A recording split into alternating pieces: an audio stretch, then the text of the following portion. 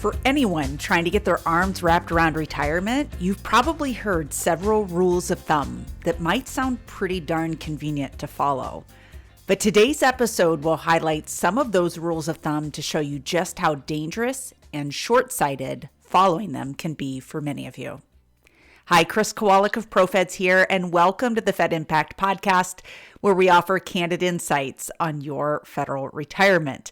Now, you guys know this show is all about helping you to get clear on what you want retirement to look like and taking action to make it happen. So with the complexity of something as big and as important as retirement, it can be hard to know what to do to get the retirement that you want. Maybe you've got a friendly coworker who loves to give advice, or a favorite financial podcast that seems full of juicy ideas, or maybe you're more of a traditional book reader and you think your best-selling author always seems to have the right things to say. This episode is for you. So today's topic is going to be all about the broad brush advice that you hear out there and why following it blindly can be so very dangerous to your plans to retire and stay retired, right? It's not just a matter of retiring, it's staying retired. And we have to do that by making sure we have our ducks in a row, okay? So the irony here is that the reason you're probably seeking out some direction from all of these different places is because the financial aspects of retiring can be overwhelming and they can be complicated. And that's the very reason why you shouldn't follow the broad brush advice from the people who don't know you and who bear no responsibility for the outcome of your decisions. Let me say that again. You should not follow the broad brush advice from people who don't know you and who bear no responsibility for the outcome of your decisions. This is a good filter to have when you hear a great idea. Instead of following it blindly, how do we think through whether this serves you well, whether this aids in the outcome that you want in retirement? Okay, so let's talk about kind of the high-level overview of the points we're going to talk about today. The first is, what are some of these common rules of thumb? Where do they come from? Why do we feel so persuaded to follow them? And then what filter should we apply when considering these rules of thumb? Like, if we don't just follow them blindly, what should we do with this information? Okay? All right, so as a company who delivers retirement training to feds, we hear our fair share of plans that feds have concocted over the years. Okay? They've taken a little bit from a book, a little bit from friends and family, a little bit from a TV commercial they heard or a talk radio program that they listened to. And they think that by doing all of those things, that it means that they have a financial plan. When in fact, what they have is a financial mess. It's a series of disjointed ideas that may not even be executed properly. And it's certainly not built with any kind of specificity to your situation. And that is where the house of cards comes crashing down. That's not what you want retirement to look like. But unfortunately, that's the direction that many go because they don't know any better. Okay, so you might ask yourself, like, well, why does someone do this in the first place? And I promise we're going to get to that later in the episode as far as like the why behind all of this. But let's talk a little bit about those rules of thumb, like some of the common ones that we hear and how that really will work for you. Okay, so one that you might have heard is you don't need to worry about protecting all of your current income in retirement. Like, you're not going to need as much.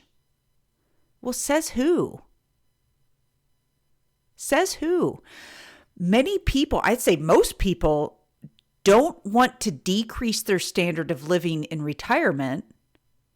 And I don't know if you realize this, but you're going to have an extra 8 hours a day to spend money. So if you need that money to live the retirement that you want, not just paying your bills, but doing the things in retirement that you've been looking forward to, all of that takes money. And why plan to have less than you need?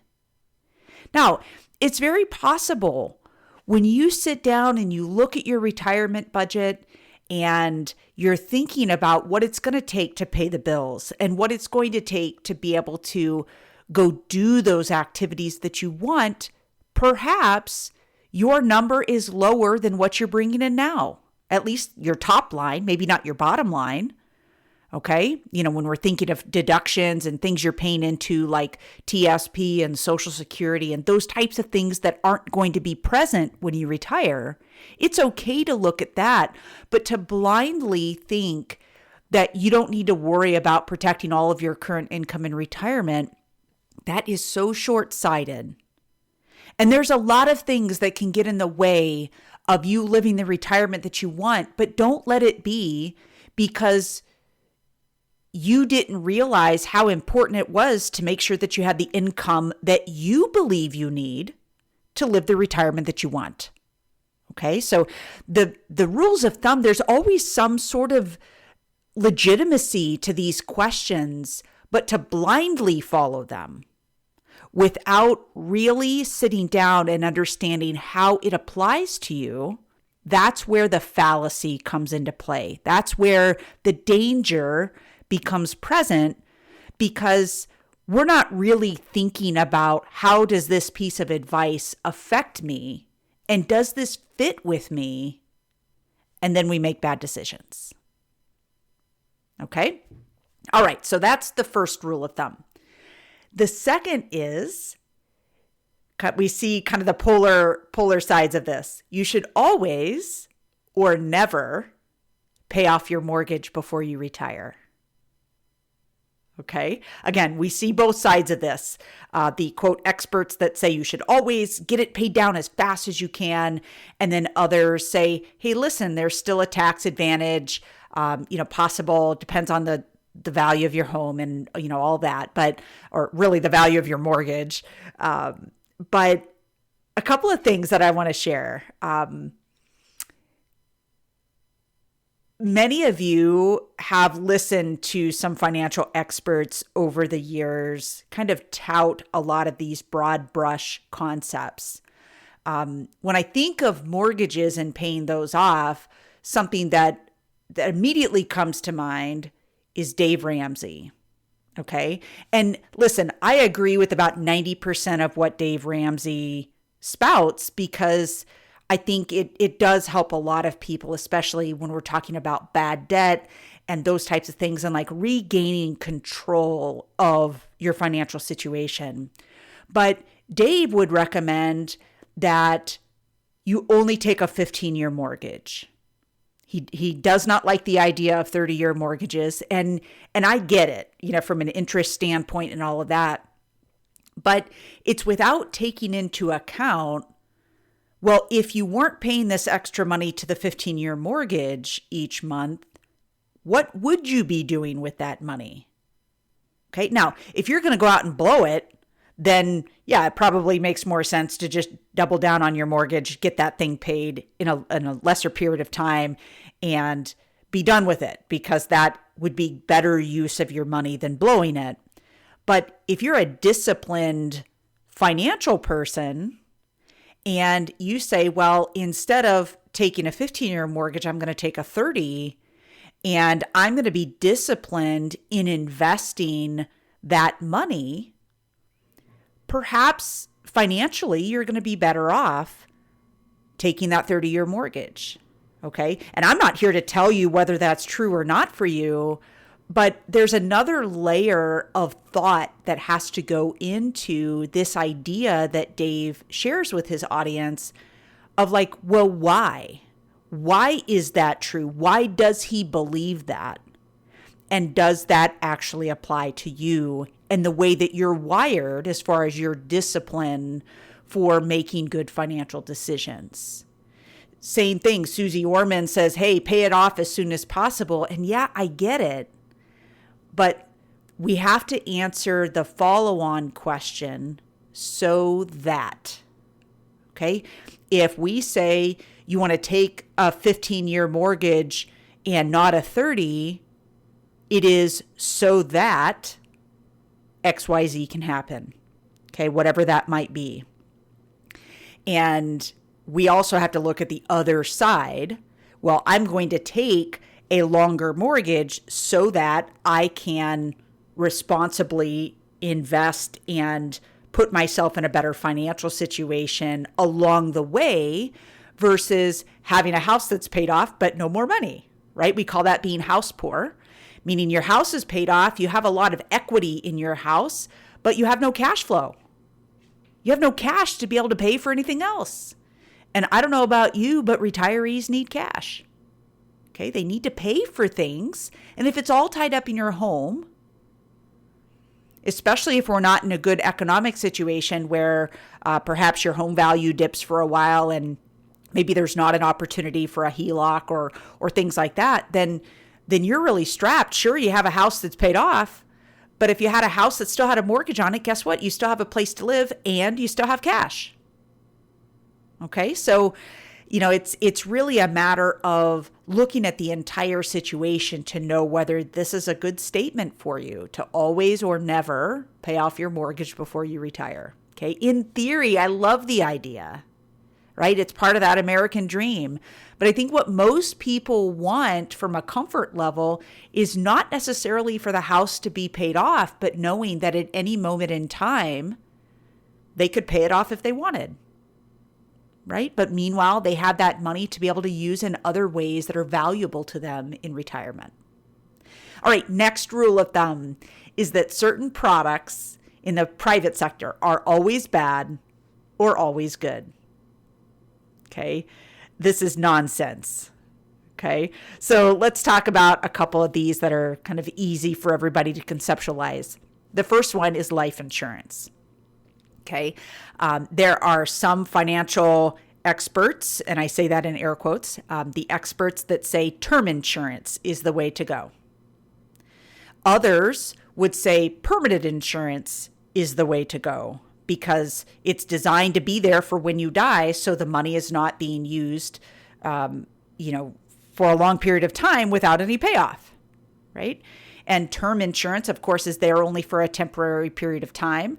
And sometimes those experts would say, buy term and invest the rest, right? That's a very common little rule of thumb that you'll hear out there. And that's all great if your needs are temporary. But if your needs are permanent, that will always be there no matter how old you are when you die, term insurance doesn't serve you well. And likewise, if you have temporary needs that could be covered by temporary insurance, but you put permanent insurance in place instead, it becomes too expensive for no good reason. Okay? The next thing would be if we're looking at the stock market. So we're talking about equity funds. In the thrift savings plan, we would be referring specifically to the CS&I funds. Of course, out in the private sector, those are indexed funds, and then lots of different mutual funds and that type of thing that are obviously in the market. So some people would say, oh, equities are way too risky. You should never do that. And then others are like, hey, I'm all in. I'm going to ride it. And, I believe in the market and long term and all of that. And both of those statements might be true for those people, but they're not true for everybody. Okay. And so when we think of the market crashing and what that does to retirees, that's assuming that all of the money that you have is invested the same way. And that's, of course, not a diversified portfolio. Equities are typically recommended to be a portion of your portfolio, especially the older that you get, to make sure that that balance is right. But to blindly accept that being in the market is bad as a retiree, or that you should have all of your money risky when you're younger, or even when you're approaching retirement. To dismiss each of those ideas, I think, is faulty. But understanding, is there an opportunity to see both sides? And when we can help people to see that there's value in both perspectives, and how do you take a little bit from each one that fits you, not only in your mind and your gut, but from a financial standpoint of what it does to help you to reach your goals, that's where the thought comes into taking this advice that you're hearing from so many different people. And sometimes it is polar opposite advice, which makes it all the more confusing. Okay. All right. Next up, we're going to talk about a commercial that I hear on TV that drives me absolutely bonkers.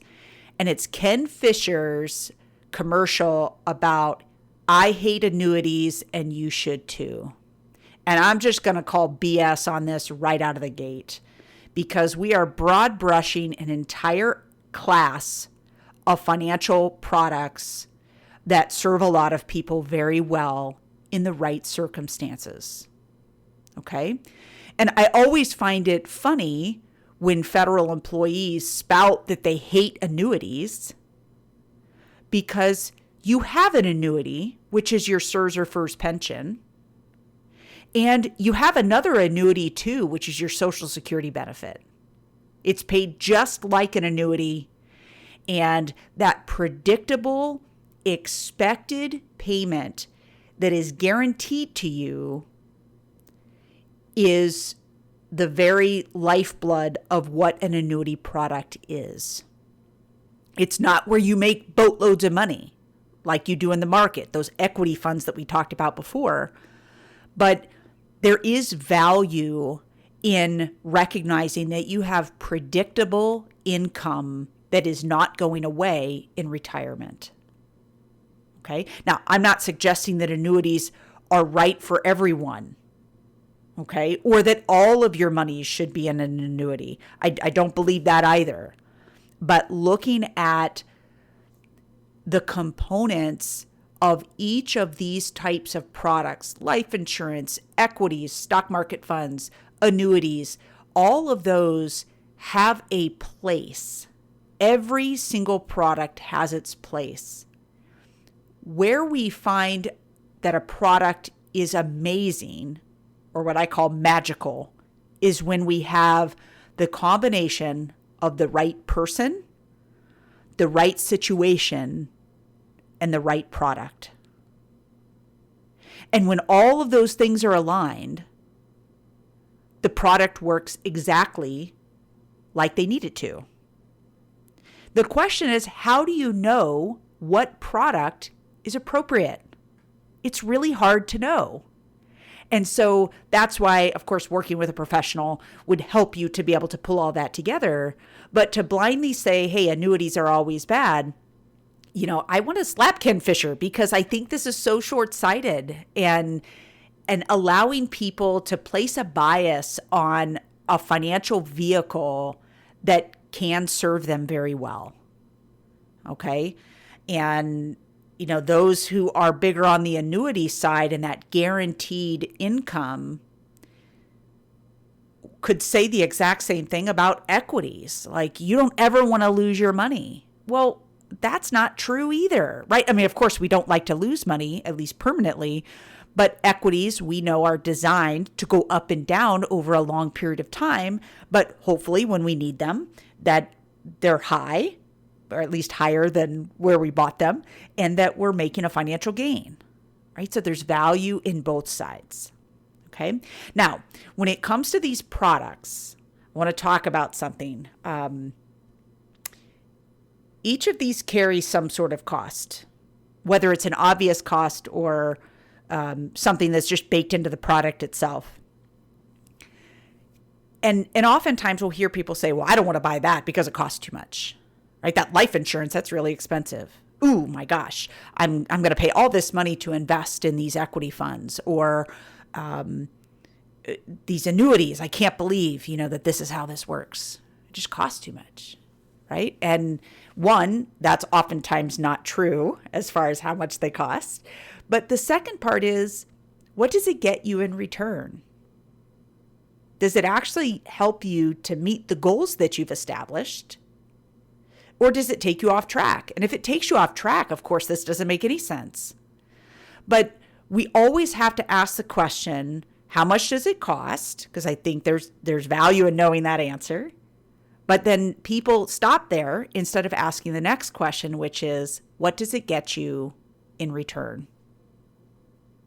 Okay, Warren Buffett says, price is what you pay, but value is what you get. So what value do you get out of the different product decisions that you are making? And you can't figure that out from reading a book or listening to some random person on the radio or even this podcast, right? I'm not here to give advice. I'm here to help people to think through what these decisions are so that they have a little bit better of a filter to figure these things out, okay, as they apply to them. All right. The last rule of thumb that we're going to talk about is that government benefits are always or never better than what you could get in the private sector. Okay, again, we see both sides of this, the polar opposites, always or never better. Okay, so there's lots of different government benefits available to federal employees. The survivor benefit plan allows you to protect a portion of the pension. You can only protect about half.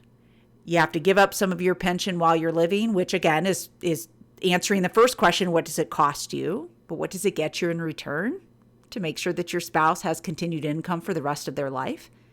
Is there a better way to do that gives your spouse more flexibility and control? Perhaps out in the private sector. Depends what your health is. Okay. FEGLI, your life insurance. Oh my gosh, amazing program while you're working, but it wasn't designed for you to keep in retirement. And so it's going to get pretty expensive. But does that mean we want everybody to drop FEGLI? No.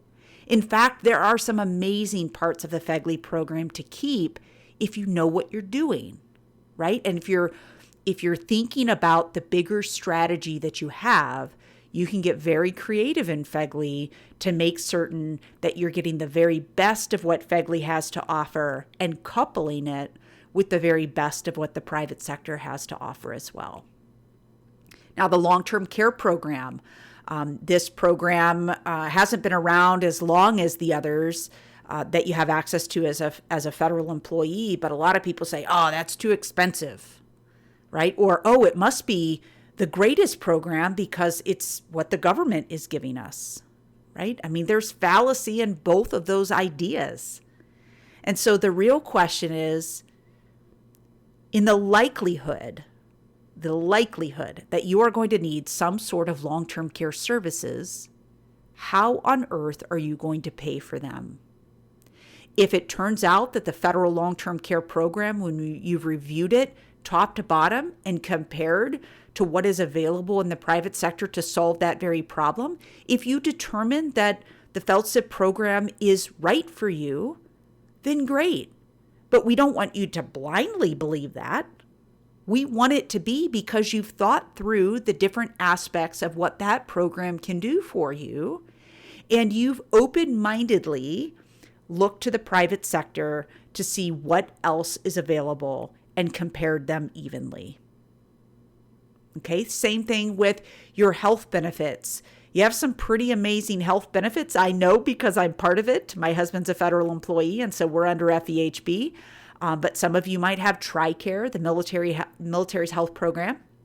And so which one's better? Well, if you have a chance to choose between the two of them, a lot of it's going to be dependent on your situation, right? Are you near military treatment facilities? Do you have to go a long ways? Is it better to be on FEHB with their network of providers?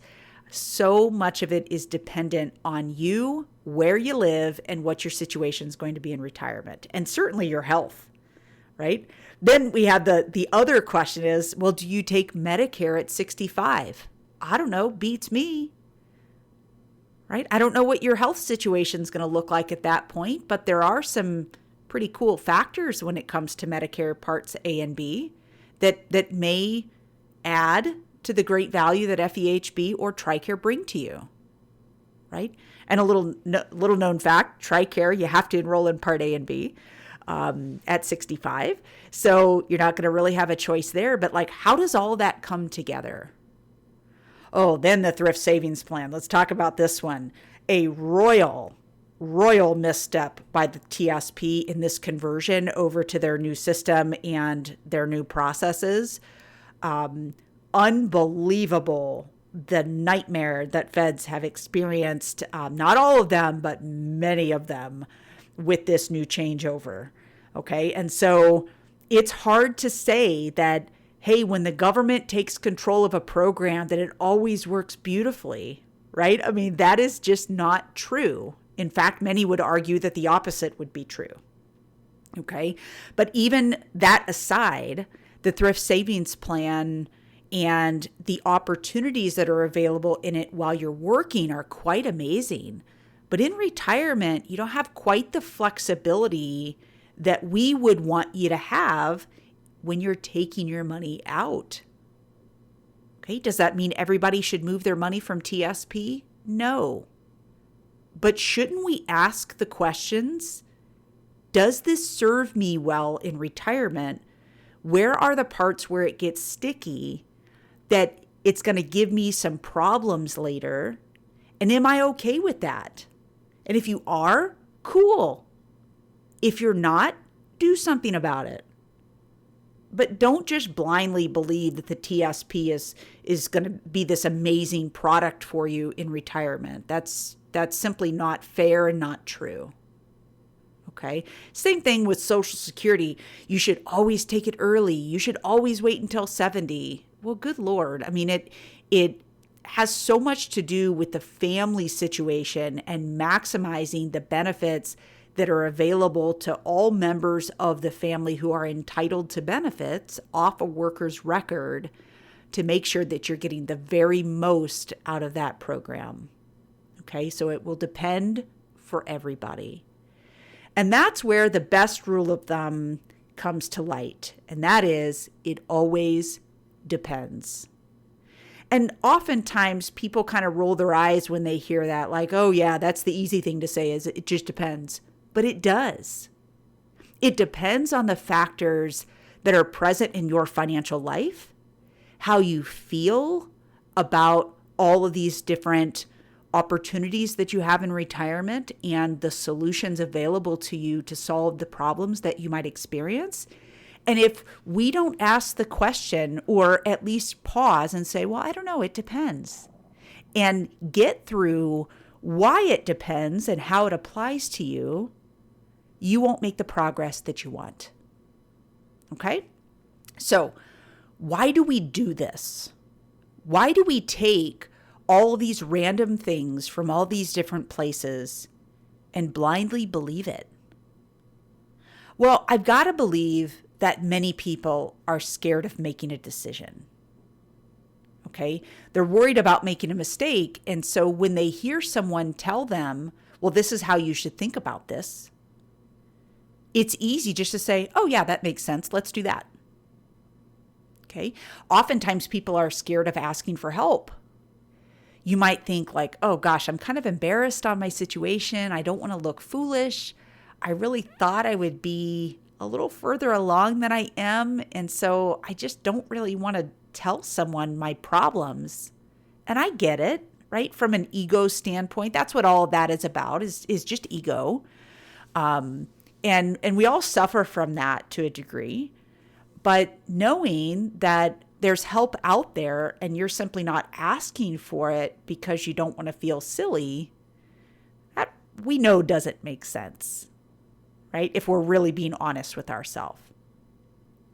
So the next thing that I think is part of why we do this is that we're scared of paying for help. Okay? But do you really think you can handle all of this on your own?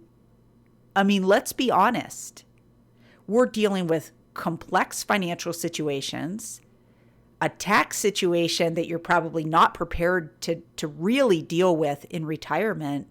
Are you really going to try to shoulder all of that burden on your own?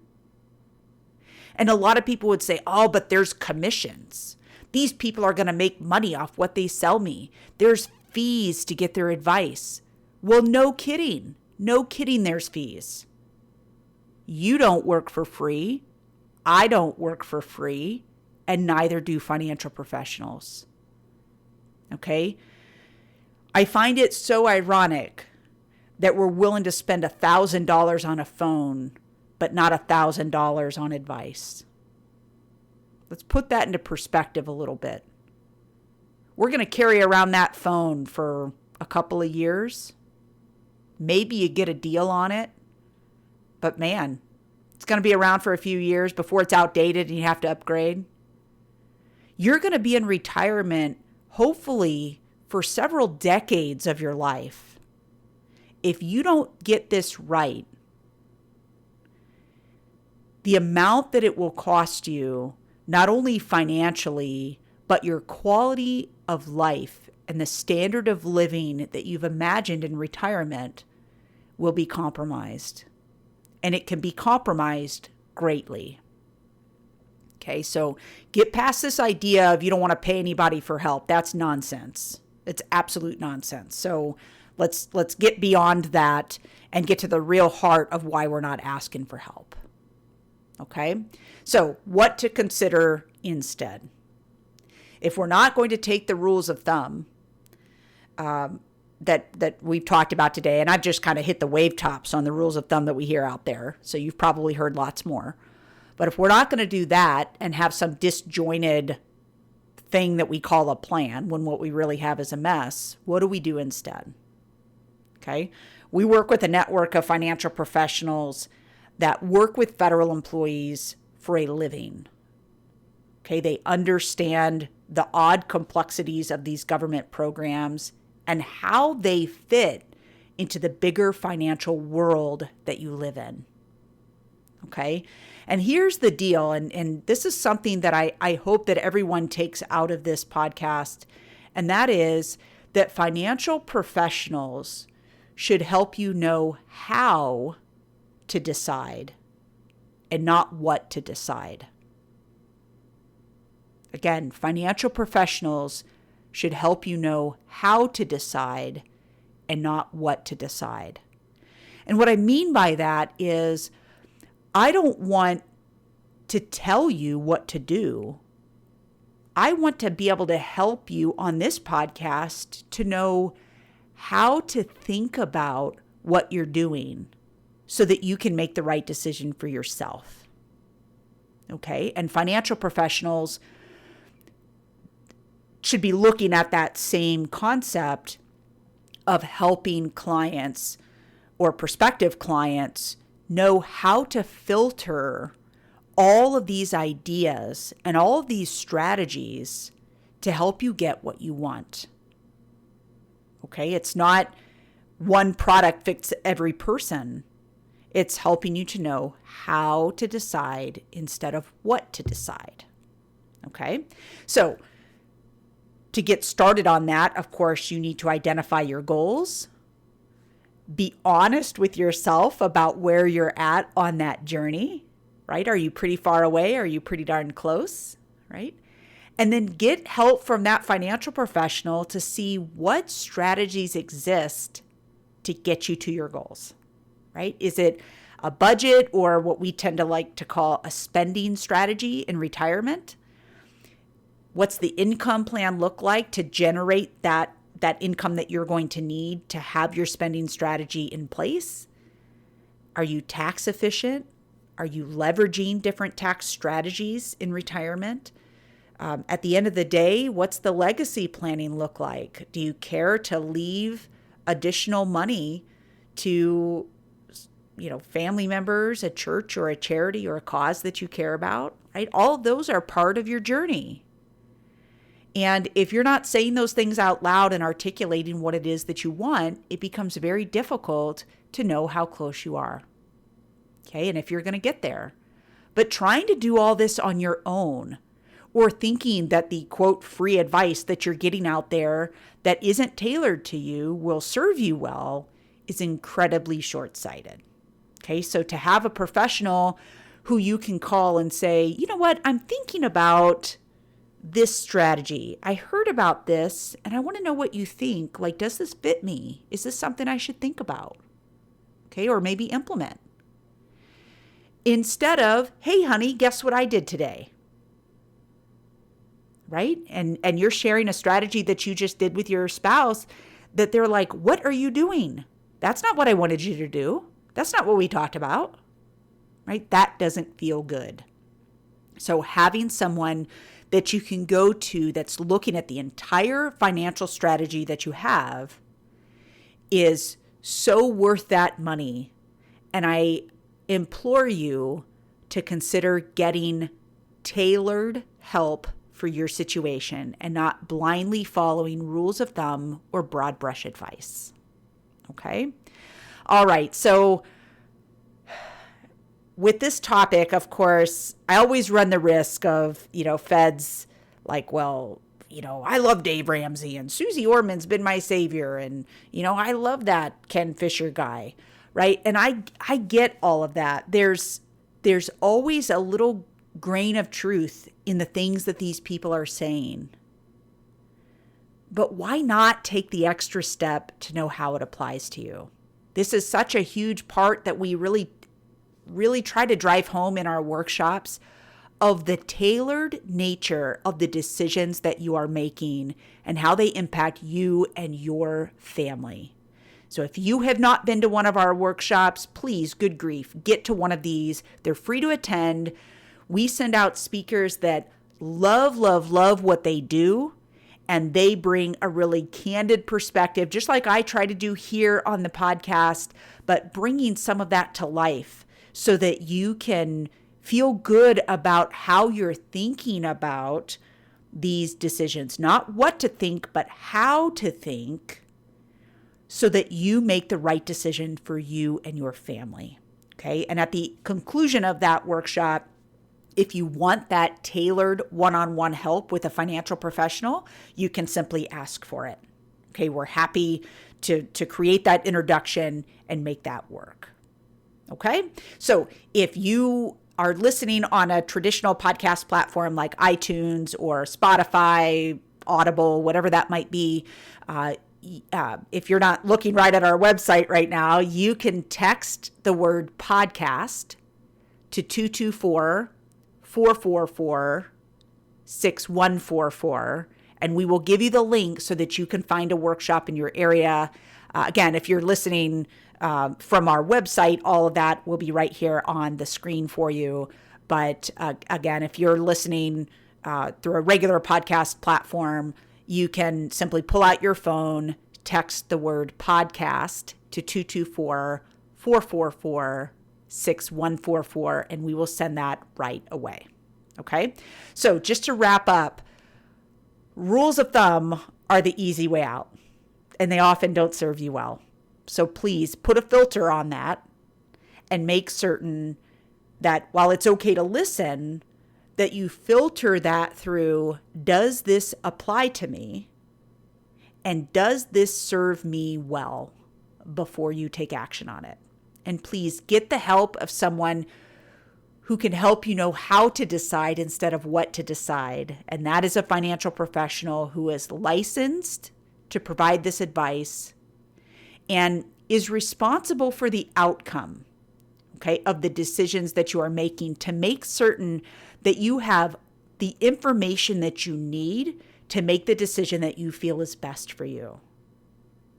Okay? So very, very important that you have somebody like that in your corner to make this work for you.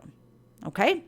So I hope our talk about all these rules of thumb has been helpful to you as you're thinking about all the different parts of retirement. Again, we've only just touched the wave tops of the different rules of thumb that we hear out there, but hopefully this idea of filtering that information before you apply it is helpful. Okay, so we do hope that you'll stay tuned to the Fed Impact Podcast to get straight answers and candid insights on your federal retirement. And if you haven't already, please subscribe today so that you're sure not to miss an episode.